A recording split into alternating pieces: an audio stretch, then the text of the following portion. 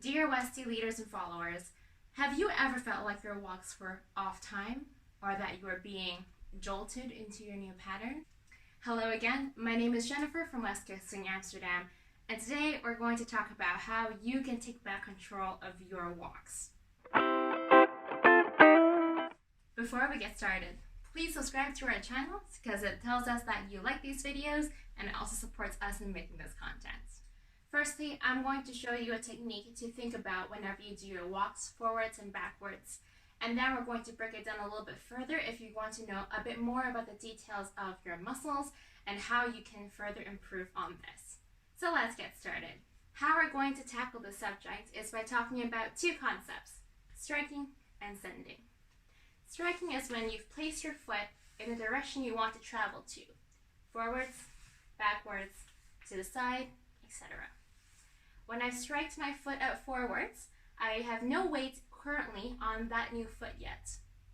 What I'm also making sure is that when I strike my foot, I am not taking too big of a step.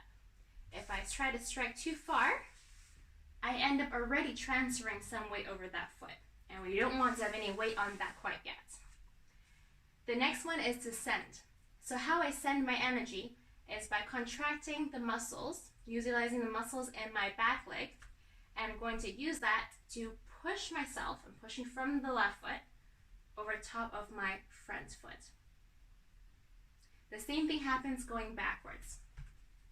So when I strike, I put my foot backwards to gauge which direction I'm going to go into, and then I'm going to contract the muscles using the muscles in my front leg, and I'm going to push myself and send it back over my new foot. So this is striking, this is sending. This is striking, and this is sending. So let's try to walk together a few times. We're going to go forwards and backwards. First we strike, then we send. Now we strike, and we send. We strike, we send.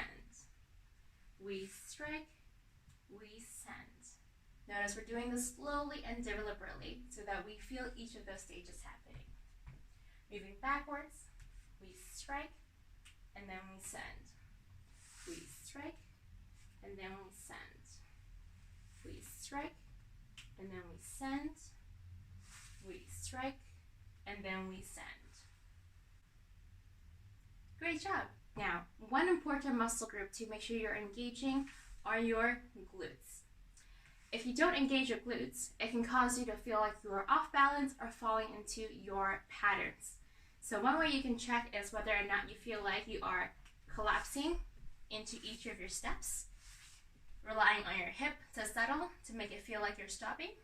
If that's the case, then you need to make sure you engage your glutes first, and then you try to make sure that you can measure out and slowly step through it.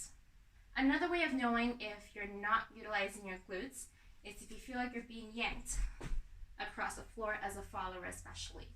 And that comes with the fact that you need to activate those muscles in your glutes in order to control the speed through which you move through. You cannot resist the tug with your upper body only. You can use your glutes to help you with resisting that, because using them will help you stay more grounded as you cross the floor. So that's it for today's video. Thank you guys for joining us. Please don't forget to like and subscribe if you enjoyed this content, and we look forward to seeing you guys next time.